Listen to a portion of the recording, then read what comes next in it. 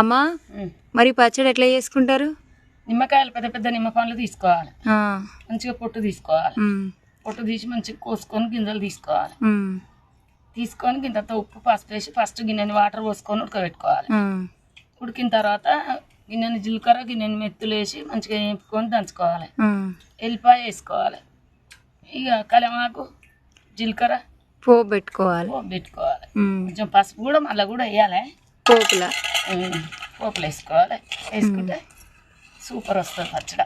కానీ ఇట్లా చెప్తే చాలా వరకు అర్థం కాదు. కానీ మీకు ఈ పచ్చడి కావాలి, ఇట్లా కూడా చేసుకుంటారా, నిమ్మకాయలు ఉడకబెట్టి చేసుకుంటారా అని కొంతమందికి తెలియదు. టేస్ట్ అయితే చూస్తున్నా,